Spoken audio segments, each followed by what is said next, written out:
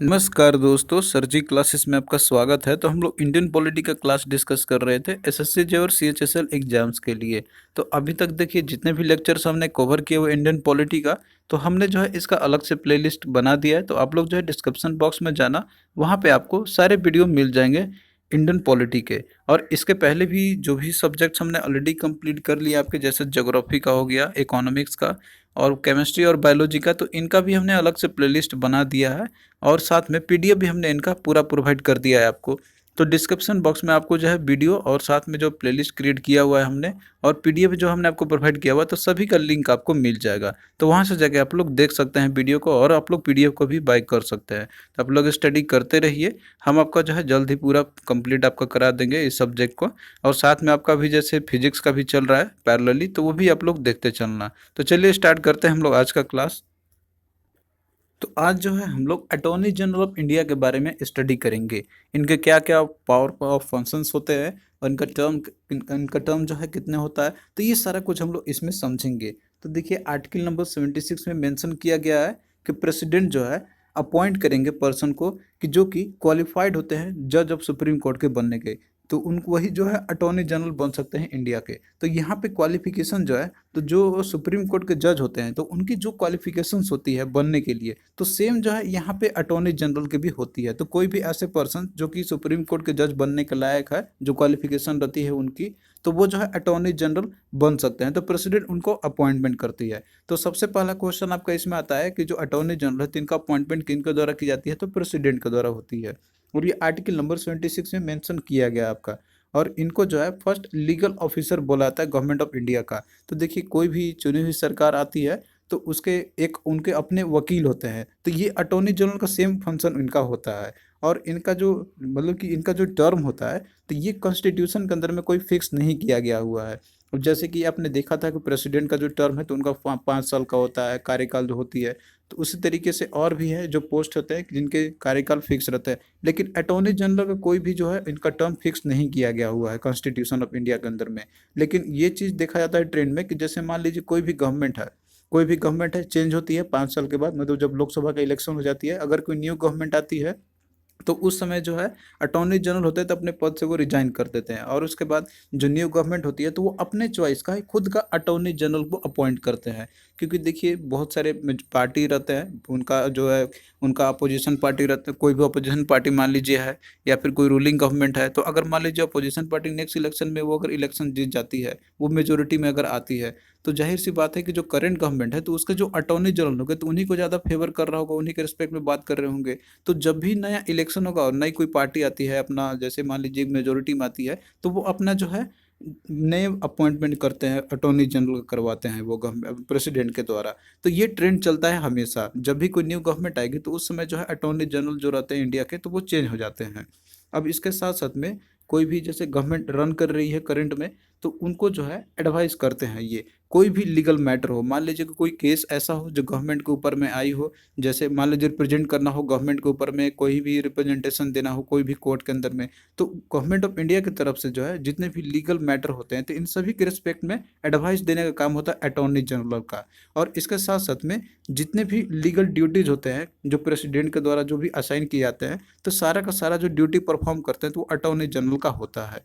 तो ये चीज़ इनका मेन फंक्शन आपका हो गया। एक तो हो गया आपका कि गवर्नमेंट ऑफ इंडिया, मतलब कि जो सरकार चल रही है, उनकी जितने भी लीगल मैटर से रिलेटेड जो भी फंक्शंस होते हैं, ड्यूटी होते हैं, तो उन सभी को देख रेख करते हैं। और इसके साथ साथ में अगर प्रेसिडेंट को कोई भी जैसे मान लीजिए जॉब असाइन करते हैं प्रेसिडेंट के द्वारा, कोई भी ड्यूटी हो गया, लीगल रिलेटेड ड्यूटी हो गया, तो उन सभी को परफॉर्म जो करेंगे, तो ये अटॉर्नी जनरल के द्वारा की जाती है। और इसके साथ साथ में देखिए इनके पास जैसे लीगल ड्यूटीज़ तो ये करते ही हैं, और इसके साथ साथ में ये ऑडियंस भी जे जाके बन सकते हैं। मतलब कहीं पे भी अगर मान लीजिए इनको पेशी होना होता है, तो इंडिया का चाहे वो कोई भी कोर्ट हो, इंडिया के मान लीजिए मेन कोर्ट आपका सुप्रीम कोर्ट हो गया, और उसके बाद फिर हर एक स्टेट में रहते हैं एक एक अपना, जैसे कि मान लीजिए हाई कोर्ट हो गया, तो वहाँ तो ये रिप्रेजेंट करते हैं। इसके साथ में जितने भी कोर्ट है इंडिया के अंदर में, तो हर जगह पे ये जाके अपना वहाँ पे जो है रिप्रेजेंट कर सकता है। वहाँ पे इनके पास राइट होता है वहाँ पे ऑडियंस होने का। तो इंडिया के अंदर में मान लीजिए टेरिटरी के अंदर में कोई भी कोर्ट हो, तो कहीं पे भी जाके ये अपने ड्यूटी परफॉर्म वो कर सकते हैं। तो इनके पास जो है पूरा ये पावर रहती है। और इसके साथ साथ में देखिए जो मेंबर है पार्लियामेंट के अंदर में, जैसे कि आप जानते हैं वहाँ पे कि मेंबर जो लोग रहते हैं तो उनके पास राइट होता है कि वो दोनों हाउस में जाके वो स्पीक कर सकता है, और वहाँ पे उस वजह जो भी प्रोसीडिंग्स होती है तो उसमें वो पार्टिसिपेट कर सकते हैं। तो अटॉर्नी जनरल के पास भी ये पावर होती है कि ये सिंस मेंबर नहीं होते हैं पार्लियामेंट के, लेकिन इनके पास भी ये जो है, इनके पास ये पावर होती है कि ये जो है वहाँ पे जाके मीटिंग में अटेंड कर सकता है वहाँ पे, और साथ में पार्लियामेंट के अंदर में कोई भी प्रोसीडिंग्स चल रही है तो उसमें वहाँ पे कोई भी मैटर पे ये स्पीक कर सकते हैं। तो इनके ऊपर में कोई रेस्ट्रिक्शंस नहीं है। वहाँ पे मान लीजिए कोई भी मीटिंग चल रही है, मान लीजिए कोई भी मैटर पे बात चल रही है, तो वहाँ पे जाके वो एंजॉय कर, मतलब कि उनके पास ये पावर होती है कि वो उस मीटिंग में अटेंड कर सकता है, और साथ साथ में अपना जो भी रिलेटेड कोई भी मैटर होगा तो वो उस पर निर्णय जो है अपना या राय दे सकता है वहाँ पे जाके।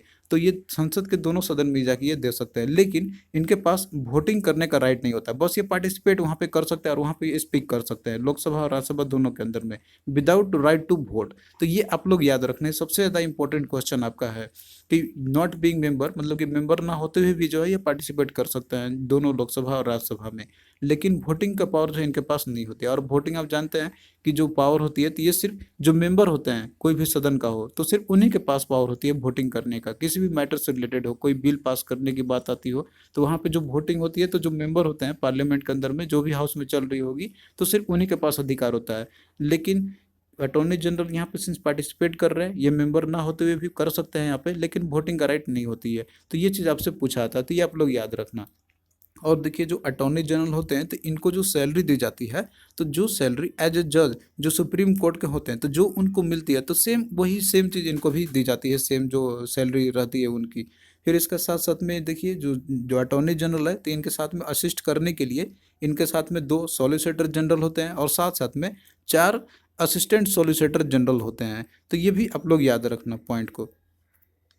अब भाई हम लोग यहाँ पे अटॉर्नी जनरल से रिलेटेड कुछ क्वेश्चंस करते हैं जिनसे कि आपका जो है कॉन्सेप्ट पूरा अच्छे से क्लियर आपको हो जाएगा। तो क्वेश्चन देखिए दिया आपका कि which of the following is true about the attorney general of India. तो अटॉर्नी जनरल से रिलेटेड कौन सा स्टेटमेंट जो है आपका इसमें ट्रू दिया हुआ है। तो ऑप्शन देखिए वन आपका दिया हुआ है कि he has the right of audience in all the courts of India. तो कोर्ट्स मान लीजिए इंडिया में कहीं भी हो, इंडियन टेरिटरी के अंदर में कहीं पे भी हो, तो जितने भी कोर्ट्स हैं तो इनके पास जो अटॉर्नी जनरल के पास ये अधिकार होता है कि वो कहीं पे भी जाकर जो ऑडियंस में पार्टिसिपेट कर सकते हैं। तो ये तो स्टेटमेंट आपका सही है। फिर नेक्स्ट देखिए दिया हुआ है कि his term of the office and the remuneration is decided by the president. तो उनका देखिए टर्म कितना होना चाहिए ऑफिस का, और साथ में उनको जो भी रिम्यूनरेशन जो मिलने चाहिए तो ये प्रेसिडेंट के द्वारा डिसाइड किए जाते हैं। तो ये भी आपका स्टेटमेंट सही है, क्योंकि देखिए जो अपॉइंटमेंट करने की बात होती है या फिर जो रेजिग्नेशन करने की बात होती है तो वो प्रेसिडेंट के ऊपर, प्रेसिडेंट ही इनको अपॉइंट करते हैं और रेजिग्नेशन लेटर भी तो है प्रेसिडेंट को ही सौंपते हैं। तो ये चीज़ आपने देखा भी होगा कि रिस्पेक्ट में कि मान लीजिए अगर जब तक सरकार की अपनी मेजोरिटी चलती है तो उसके बाद वो चलते हैं, लेकिन अगर मान लीजिए कि कभी मेजोरिटी लॉस्ट कर जाती है तो वहाँ पे जो है जो प्राइम मिनिस्टर होते हैं तो उनको रेजिग्नेशन लेटर सौंपना होता है प्रेसिडेंट। जब तक वो रेजिग्नेशन अपना नहीं सौंपेंगे प्रेसिडेंट को तब तक जो है वो मतलब कि पोस्ट जो वैकेंट नहीं रहेगा उनका। तो ये प्रेसिडेंट के ऊपर में भले रहता है यहाँ पे, लेकिन ये डिपेंड करता है कि जो रूलिंग गवर्नमेंट है वो उनका मतलब कि क्या उनके चल रहा है, मन में क्या चल रहा है, इनको हटाना है कि नहीं, तो वो उनके ऊपर टोटली रहती है। लेकिन ये प्रेसिडेंट के द्वारा ही की जाती है, तो इसलिए आपका दिया हुआ है कि इनका जो टर्म रहता है ऑफिस का तो वो प्रेसिडेंट के द्वारा ही डिसाइड की जाती है। लेकिन इसके पीछे रिकमेंडेशन होती है जो रूलिंग गवर्नमेंट होती है उन सभी का, यानी कि कैबिनेट के जितने भी मिनिस्टर्स होते हैं उन सभी का एडवाइस के बेसिस पे। फिर इसके साथ में अगला ऑप्शन आपका दिखाई दिया हुआ है कि he advises the government of India. तो गवर्नमेंट ऑफ इंडिया को ये सारे मैटर पे ये एडवाइस देते हैं, चाहे वो लीगल मैटर हो या फिर और भी कोई ऐसे ड्यूटीज हो जो रिलेटेड हो जुडिशरी प्रोसेस से। तो ये गवर्नमेंट को एडवाइस तो देते ही हैं, तो ये भी आपका स्टेटमेंट सही है। तो इस तरीके से इसमें देखिए जितने भी स्टेटमेंट आपका दिया हुआ है अटॉर्नी जनरल से रिलेटेड तो ये सारा का सारा आपका सही है। तो इसलिए क्या होगा, ऑल ऑफ द अबव का हो जाएगा। फिर नेक्स्ट देखिए कि to be eligible for the appointment as the attorney general of India a person must possess the qualification prescribe for है। अब यहाँ पे दिया हुआ है आपका यहाँ पे कि जैसे मान लीजिए किसी को अटॉर्नी जनरल बनना है, मतलब कि उनको अपॉइंटमेंट करने की बात चलती है तो उनके पास एलिजिबिलिटी जो है वो कैसा होना चाहिए, प्रेस्क्राइब जो भी कॉन्स्टिट्यूशन के अंदर में किया गया। तो आपने देखा था वहाँ पे कि ये जो है सुप्रीम कोर्ट के जज बनने के लायक ये होने चाहिए, जो क्वालिफिकेशन सुप्रीम कोर्ट जज बनने के लिए होती है तो सेम जो है अटॉर्नी जनरल के लिए भी सेम क्वालिफिकेशन रखी गई है। तो राइट आंसर इसका ऑप्शन ए आपका हो जाएगा। अब जो क्वालिफिकेशन क्या है सुप्रीम कोर्ट का जज बनने के लिए, तो ये हम लोग जब आपको हम सुप्रीम कोर्ट के बारे में बताएंगे तो वहाँ पे आपको समझ में आ जाएगा अच्छे से। फिर नेक्स्ट क्वेश्चन देखिए दिया हुआ आपका यहाँ पे कि which one is not true about the attorney general of India. तो अटॉर्नी जनरल से रिलेटेड कौन सा स्टेटमेंट इसमें सही नहीं है आपका। तो इसमें देखिए दिया आपका यहाँ पे कि he is the legal adviser to the government of India. तो ये तो स्टेटमेंट आपका सही है कि लीगल एडवाइजर होते हैं गवर्नमेंट ऑफ इंडिया की तरफ से। फिर दूसरा दिया उसमें कि his tenure and salary is decided by the president. तो इनका टेन्योर और सैलरी जो है प्रेसिडेंट के द्वारा डिसाइड की जाती है। तो ये भी स्टेटमेंट आपका सही है। फिर देखिए तीसरा option, he as the voting right in the proceedings of the parliament. तो देखिए जो पार्लियामेंट के जो भी प्रोसीडिंग्स होती है तो उनमें ये पार्टिसिपेट कर सकते हैं, वहाँ पे स्पीक कर सकते हैं, लेकिन इनके पास वोटिंग का राइट नहीं होता है। तो ये आपका क्या है, गलत स्टेटमेंट आपका दिया हुआ था। इसलिए राइट आंसर जो आपका ऑप्शन सी है, यानी कि यही जो है ट्रू नहीं है अटॉर्नी जनरल से रिलेटेड। और इसमें आप ऑप्शन डी भी देख सकते हैं यहाँ पे कि ही appears before the high court and supreme court in cases involving the union government. तो यूनियन गवर्नमेंट से रिलेटेड मान लीजिए कोई भी केसेस होते हैं हाई कोर्ट में या सुप्रीम कोर्ट में, तो वहाँ पे ये अपीयर होते हैं। तो ये तो इनका फंक्शन तो है ही, बस ये वोटिंग का राइट नहीं होता है इनके पास पार्लियामेंट के अंदर में। फिर नेक्स्ट देखिए यहाँ पे हम लोग देखेंगे कंप्यूटर और ऑडिटर जनरल के बारे में, जिसको हम लोग शॉर्ट में इसको सीएजी बोलते हैं हम लोग। तो देखिए आर्टिकल नंबर 148 में मेंशन किया गया है कि प्रेसिडेंट जो है कंप्यूटर और ऑडिटर जनरल को अपॉइंट करेंगे। तो इनका जो फंक्शंस होता है कि ये जो है जितने भी अकाउंट्स होते हैं यूनियन और स्टेट गवर्नमेंट के, तो उनके जितने भी मान लीजिए कि ऑडिट करने की काम होती है, या फिर जो जितने भी रिलेटेड रहते हैं अकाउंट से रिलेटेड जो भी उनके पावर होती है एक्सरसाइज करने की, तो ये सारा का सारा जो है ड्यूटी परफॉर्म करने का काम होता है सीएजी का।